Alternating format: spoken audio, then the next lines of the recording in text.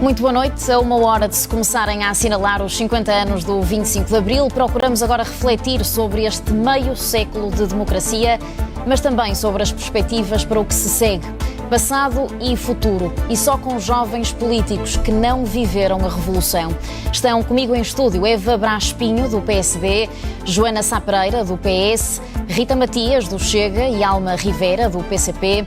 À distância juntam-se também Bernardo Blanco, da Iniciativa Liberal, Isabel Pires, do Bloco de Esquerda, e Paulo Moacho, do LIVRE. Muito boa noite aos 7, bem-vindos e obrigada por estarem connosco na edição da Noite da SIC Notícias. Rita Matias, concorda que Portugal deve assumir responsabilidades pelo seu passado? Acha que o Chega aprovaria uma declaração oficial de Portugal com um pedido de desculpas, por exemplo? Antes de mais, muito boa noite a todos. Dizer que é lamentável as declarações do nosso Presidente da República, que vai recuperar a teoria pós-colonial dos anos 70 das ciências sociais, da nova esquerda, uma teoria que hoje em dia é chamada woke, e não se percebe porque é que Marcelo Rebelo de Sousa vai buscar estes temas que, na verdade, reacendem feridas que não estão saradas. É porque Portugal tem cerca de 600 mil retornados, pessoas que vieram com uma mão à frente e outra atrás dos territórios africanos, que chegaram cá e foram mal integradas. Aliás, sou neta de retornados, mas sou também neta de antigos combatentes, jovens como nós, que foram forçados a travar uma guerra que não era sua, uma guerra que não desejaram.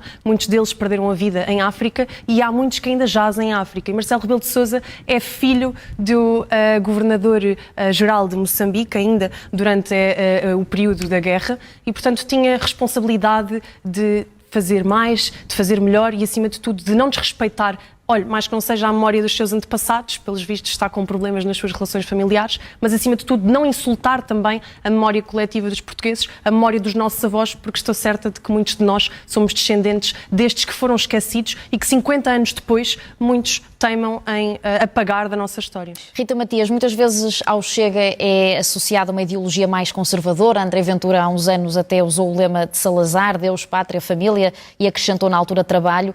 A Rita, com 25 anos, vê alguma vantagem no período pré-25 de Abril?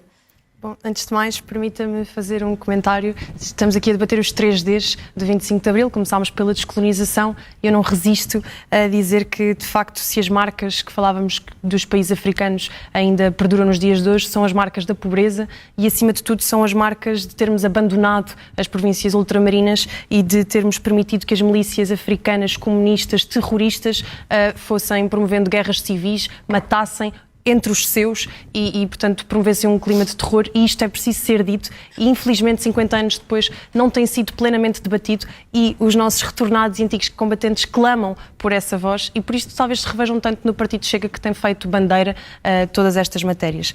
Em relação ao que perguntava, acho que o Partido Chega é um partido com 5 anos, não pode ser conotado com qualquer tipo de saudosismo de um antigo regime. Tenho 25, não tenho qualquer conotação nem experiência nem memória, mas creio que ainda é preciso fazer muito pelo segundo D que falava, de democratizar e poder afirmar publicamente que se crê em Deus, que se defende e ama uma pátria, que se promove os valores da família e do trabalho. É também um passo de alargar o debate público, de poder permitir novas vozes que foram censuradas num regime que foi enviesado à esquerda no pós-25 de Abril, e por isso libertar alguma direita que se moderou, que se amordaçou e que teve medo de dizer que era direita por complexos e por culpas que não trouxeram. E da mesma maneira que eu digo que não tenho que pagar por culpas de há 500 anos atrás porque não fui em caravelas descobrir o que quer que seja, também não tenho que corresponder por culpas de um regime que não vivi, do qual não fiz parte e do qual não tenho saudades. E, portanto, penso que o Chega é fundamental nesta hora, e talvez por isto os jovens também correspondam de forma tão positiva a este partido e adiram tanto a esta mensagem.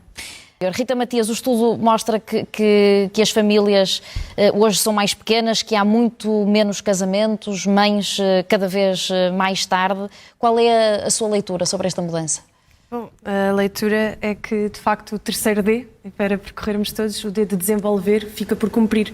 Claro que temos um país muito mais desenvolvido do que aquele que tínhamos no antigo regime, claro que sim, como é muito mais desenvolvido agora do que era no tempo do Marquês de Pombal, e do que era no período de viriato. E ainda bem que o país continua a crescer e a mudar, mas ainda continua a ser insuficiente. André Ventura, a semana passada, tinha um discurso na Assembleia da República que me parece profundamente atual. É que no fim do dia, amanhã vamos estar a falar sobre chaimites, sobre cravos, etc. Mas vai chegar a hora em que os portugueses já percebem que é 25 de Abril, é fim do mês, têm contas para pagar e o salário que têm é curto para todas as responsabilidades que assumiram, eventualmente estão sufocados com o crédito à habitação que têm dificuldades em constituir família, queriam ter 3 filhos, mas têm que se ficar pelo filho único, porque infelizmente não têm condições para prover uma vida digna para mais filhos, e isto tudo mostra-nos que nós deveríamos de fazer mais, mas fazer mais e melhor e dar mais condições para que as famílias se desenvolvam, para que os portugueses possam ser felizes em Portugal, começa também por credibilizar as instituições democráticas e garantir que quem usufrui e quem, aliás, desempenha cargos públicos faz essas funções num modo de serviço e não para servir a si próprio. E neste sentido há assim uma separação entre bons e maus, porque nem todos os nossos políticos que desfilaram pela Casa da Democracia nos últimos 50 anos estiveram lá para servir os portugueses. E é preciso dizer que o índice de democracia em Portugal tem decrescido. O índice de corrupção tem aumentado, a percepção de corrupção nas populações aumenta e, portanto, os portugueses confiam cada vez menos nas instituições porque se sentem traídos.